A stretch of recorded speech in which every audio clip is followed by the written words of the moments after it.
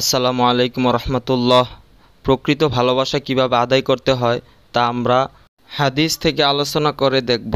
আবু দারদা রাদিয়াল্লাহু তাআলা আনহু হতে বর্ণিত আছে, তিনি বলেন, রাসূলুল্লাহ সাল্লাল্লাহু আলাইহি ওয়াসাল্লাম বলেছেন, দাউদ আলাইহি ওয়াসাল্লাম এর দোয়া সমূহের একটি হলো এই যে, তিনি বলতেন, হে আল্লাহ, আমি তোমার নিকট তোমার ভালোবাসা এবং যে তোমাকে ভালোবাসে তার ভালোবাসা প্রার্থনা করি এবং এমন আমল করার সামর্থ্য চাই যা তোমার ভালোবাসা লাভ করা পর্যন্ত পৌঁছে দিবে।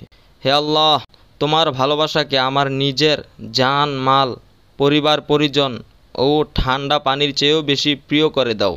রাবি বলেন, রাসূলুল্লাহ সাল্লাল্লাহু আলাইহি ওয়াসাল্লাম যখনই দাউদ আলাইহি ওয়াসাল্লামের আলোচনা করতেন তখনই তার প্রসঙ্গে বলতেন, তিনি সকল লোকের চাইতে বেশি ইবাদতকারী ছিলেন।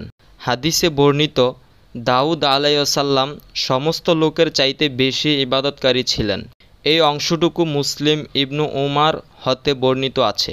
বাকি অংশ জয়ীফ সহিহা 707, মিশকাত তাহকিক সানি 2496। আবু ঈসা বলেন, এ হাদিসটি হাসান গরীব। তো আমরা দেখলাম কিভাবে ভালোবাসা আল্লাহ এবং তার রাসূলের কাছ থেকে দোয়ার মাধ্যমে আদায় করতে হয়। এমন আরও ইসলামিক তথ্য পেতে লাইক এবং শেয়ার করে সাবস্ক্রাইব করে আমাদের পাশে থাকুন।